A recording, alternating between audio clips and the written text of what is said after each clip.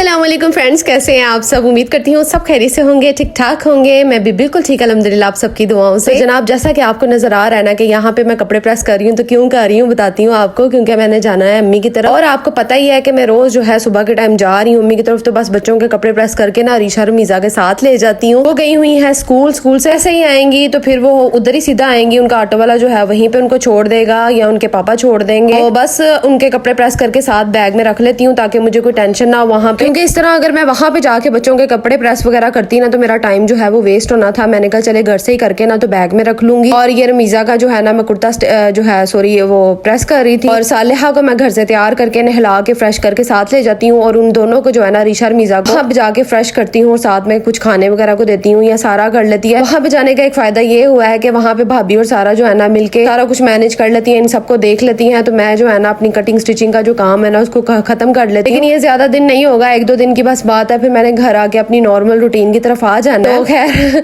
बस जो है मैं रेडी हो चुकी थी। इनके पापा को बहुत ज्यादा जल्दी थी, मुझे तब सुबह से कह रहे थे चले जाओ अब चले जाओ, क्योंकि उन्होंने जाना अपने ऑफिस में जाना होता है। और इस वजह से मैं जल्दी जो है ना बस अपनी तैयारी कर रही थी। और बहुत ज्यादा मुझे टेंशन हो रही है, बहुत ज्यादा टेंशन है किस तरह से सारे काम जो है मैनेज होंगे। अगर आप एक ज्वाइंट फैमिली में रह रहे हो ना तो फिर जो होता है ना सारा कुछ मिलजुल के हो जाता है। यहाँ पे अम्मी ना लस्सी वगैरह बना रही है और रीशा रमीजा के लिए बना रही है। मुझे कह रही थी कि गर्मी से आजकल गर्मी का मौसम हो चुका है, तो कह रही थी बच्चों को जो है ना ये बनाकर देती हूँ ताकि ये पी लें। तो अभी ये रख रही फ्रिज के अंदर और बस वो आने वाली थी और मैं उनके लिए जो है ना ब्रेड और एग का जो है ना वो सारा तैयार कर रही थी नाश्ता। सुबह लंच में मैंने उनको इतना खास नहीं दिया था, सिंपल सा दिया था। तो मैंने कहा उनको भूख लगी होगी जाएंगी ना तो फिर फौरन से खा लेंगी। लेकिन उनके इतने ज्यादा नखरे हैं, कह रही थी मामा हमने ये वाला नहीं करना, हमने अंडा नहीं खाना, एग नहीं खाना, ब्रेड भी नहीं खानी। तो फिर उन्होंने अपनी खाला से कहा कि खाला हमें ना ऑमलेट बना दो अंडे का। फिर उनकी खाला ने वो बनाया। मैंने कहा चले मीठे टोस्ट वगैरह बनाकर दे देती हूँ, साथ में एग फ्राई भी कर दूंगी तो ये खा लेंगी। लेकिन बच्चों के मूड की बात है ना। तो अच्छा, मुझे ना कल मेरी एक प्यारी सी जो यूट्यूब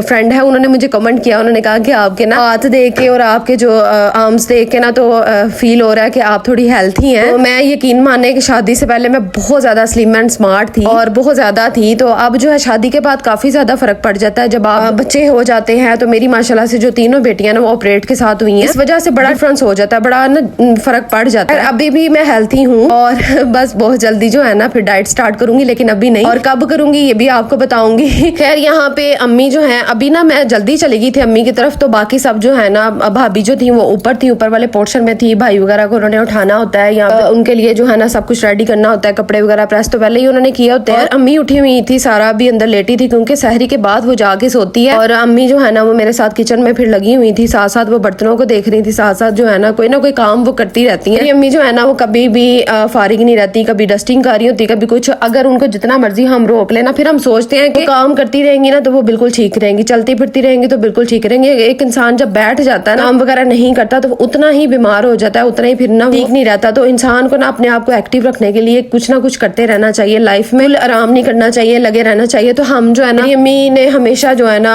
हमें हमारे अंदर भी यही चीज डाली हुई है, कुछ ना कुछ करते रहा करो। या मैं अब आपको पता ही है कि मैं सेपरेटली रहती हूँ और सारा कुछ जो है ना मैंने खुद ही देखना होता है, अपनी फैमिली को, बच्चों को, घर को भी। इवन के मैंने अभी तक कोई हेल्पर नहीं रखी और सोच रही हूँ कि कोई रख लूं, लेकिन अभी तक कोई नहीं रखी। मैं खुद ही सारे काम जो है ना अभी तक कर रही हूँ, साथ में बच्चों को भी देख रही होती हूँ और साथ में जो है कुकिंग का भी काम, स्टिचिंग का भी काम। स्टिचिंग का काम मेरे ऊपर कोई जोर जबरदस्ती नहीं है, मेरा अपना शौक है। मुझे शुरू से ही शौक था कि मैं अपनी बेटियों के कपड़े जो है ना खुद स्टिच किया करूँ, क्योंकि मुझे सब चीजों का बड़ा शौक था। ये नहीं कि मैंने सीखा हुआ है किसी से, मैंने किसी से नहीं सीखा। बस ये है कि मैं अपनी अम्मी को देखा करती थी, उनसे भी प्रॉपर्ली मैंने बैठ के कोई कटिंग स्टिचिंग नहीं सीखी, बस उनको देखती थी कि वो माशाल्लाह से पूरी फैमिली में ना मेरी अम्मी को कटिंग स्टिचिंग बहुत अच्छी आती है। और मैं कहती हूँ कि सही जो एक दर्जन होती है ना वो इस तरह, ये नहीं कि दूसरों के वो सीती थी, ऐसा नहीं, बस उनको भी शौक था। तो जब एक माँ के अंदर शौक होता है ना इन चीजों का, तो उनके बच्चों के अंदर, उनकी बेटियों के अंदर भी ऑटोमेटिकली आ जाता है। तो मैं इंशाल्लाह पूरी कोशिश करूंगी जब मेरी बेटियां भी बड़ी हो जाएंगी ना, मैं उनको कटिंग स्टिचिंग जरूर सिखाऊंगी ताकि वो किसी के मोहताज ना हो और ताकि वो जिंदगी में जो है ना कुछ करें, अपनी फैमिली के लिए, अपने लिए कुछ ना कुछ करें। और अगर टांका भी लगाना हो ना तो उनको आता हो। तो ये मेरी इस तरह की सोच है। तो आप लोग क्या सोचते हैं? मसलन आप लोग जो है अगर आपको कटिंग स्टिचिंग आती है तो आप भी अपने बच्चों को जो है ना ये सब कुछ सिखाइएगा जरूर, क्योंकि फिर ना आगे जाके जब बेटियों की शादियां हो जाती है ना फिर बड़ी मुश्किलें होती हैं। और फिर आपको पता ही कि